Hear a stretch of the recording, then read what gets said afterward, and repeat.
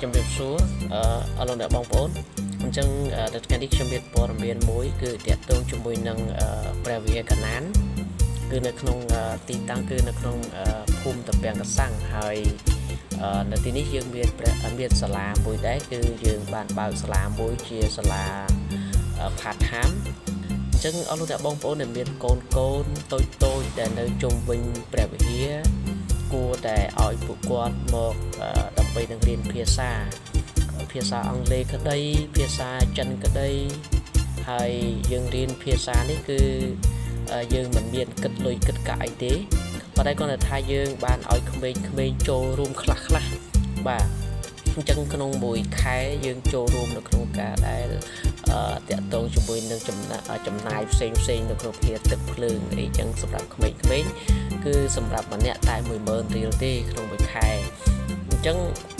ក្មេងៗអាចរៀន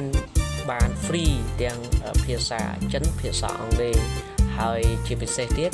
គឺយើងមាន free ទៀតនោះគឺរៀននៅថ្នាក់ហ្គីតាថ្នាក់ស្គរថ្នាក់ keyboard អីគឺអាចទៅក្នុងការដែលចូលរួមរៀនបានដោយសេរីអញ្ចឹងប៉ុន្តែមានលក្ខខណ្ឌដែរអញ្ចឹងណាយើងមានលក្ខខណ្ឌយើងបង់តែ10000រៀលប៉ុន្តែយើងអាចរៀនបានគ្រប់ឧបករណ៍តន្ត្រីទាំងអស់បាទរៀនបានគ្រប់ឧបករណ៍តន្ត្រីទាំងអស់ហើយរៀនគ្រប់ភាសាដែរ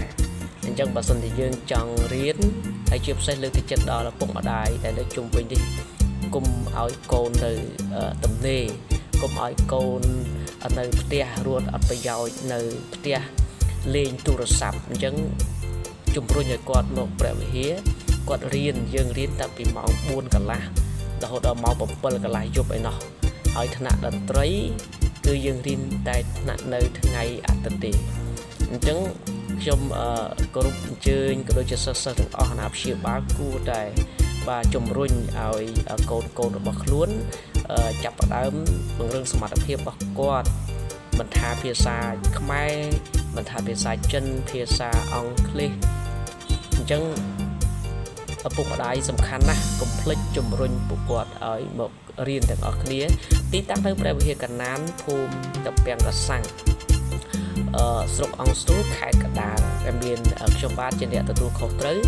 មានលេខទូរស័ព្ទ098747995អាចសាកសួរព័ត៌មានបាន